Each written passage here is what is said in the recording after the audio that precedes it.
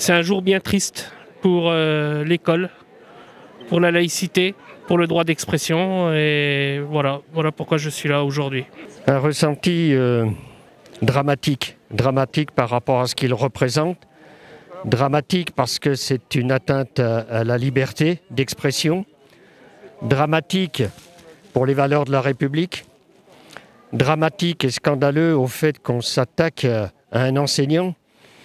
On ne peut plus humble sur les valeurs de l'enseignement en général, puisque l'enseignement en général a pour but d'apporter une culture d'ouverture.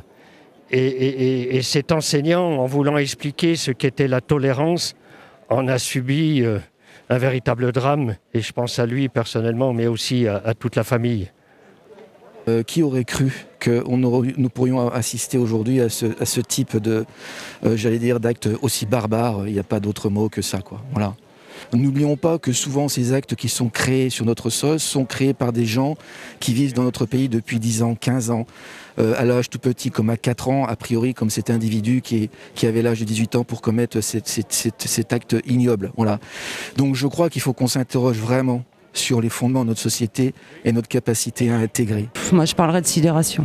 Je pense qu'on a vraiment franchi le cap infranchissable pour moi, quoi. C'était encore aujourd'hui, je pense que je suis un peu trop sidérée pour en parler avec des mots appropriés.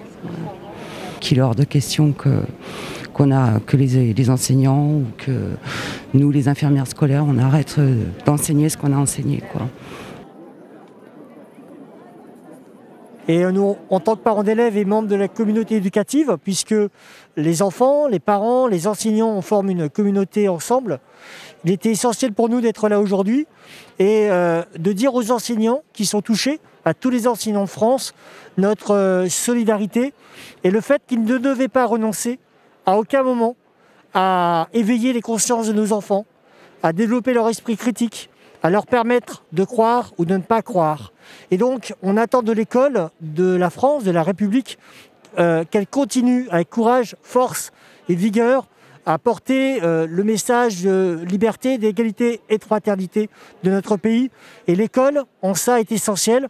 Il ne faut pas que nous renoncions ensemble à défendre ces valeurs. Un message pour les non-musulmans, croyants ou non-croyants. Je leur dis, l'islam, c'est une religion de paix, de fraternité, d'humanité. C'est une religion qui nous insiste beaucoup sur le vivre ensemble, avec religion ou sans religion, avec le respect mutuel.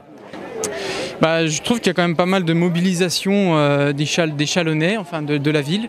Je trouve ça que voilà, c'est un événement qui est important, je trouve, qui est important parce que pour promouvoir la liberté d'expression, qui est une des valeurs de la République, et donc qui est indispensable et qu'on doit préserver à n'importe quel prix.